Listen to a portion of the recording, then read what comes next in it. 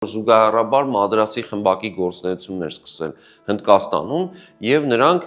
այլ մոտեցում ունեին, ավելի այսպես արմատական եւ արագ գործողությունների կողմնակիցներ էին նոր տետրակ, որ կոչի հորդորակ գրքի միջոցով, իսկ կաթողիկոսը բուն Հայաստանում ավելի զուսպ եւ հետեւողական ու երկար ընթացքի կողմնակից էր եւ բնականաբար դա գալիս էր նրանից, որ հայերի իրավիճակի համար թիվ 1 պատասխանատուն Հայաստանում հենց ամենայն հայոց կաթողիկոսներ, այսինքն մուսուլման տիրակալները, եթե ինչ որ բան այնպես չստացվեր եւ հետո գային հայերից հաշիվ պահանջելու, բնականաբար կաթողիկոսից էին այդ հաշիվը պահանջելու եւ ոչ թե գաղթավայրերում գտնվող հայ որոշակի վերնախավերից։ Այս առումով իհարկե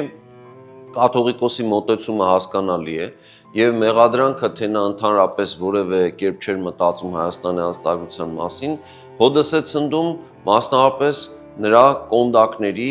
միջոցով, երբ որ մենք ուսումնասիրում ենք նրա կոնդակները եւ նամակագրությունը օրինակ ռուսական կայսրության վերնախավի հետ։ Նախագծի գլխավոր գործընկերն է Converse բանկը, ֆինանսական աշխարհի ձեր հուսալի գործընկերը։